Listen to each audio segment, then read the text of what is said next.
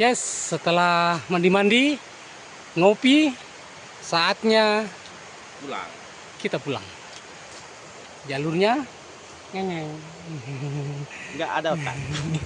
Ini guys, jalur sedikit berubah.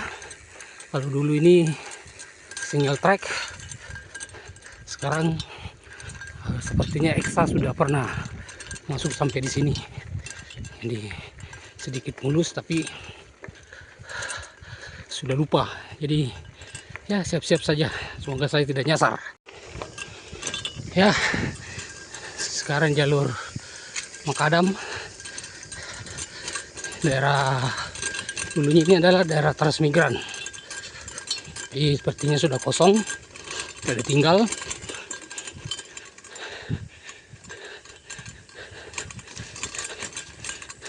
Akhirnya kembali ke jalan yang benar, aspal, dan bonusnya mulai dari sini.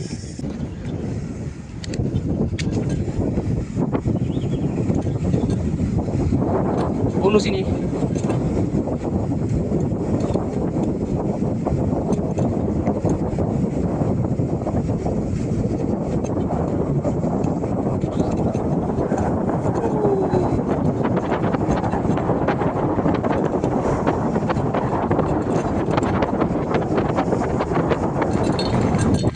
sekarang masuk lagi jalur kebun, sedikit berisik.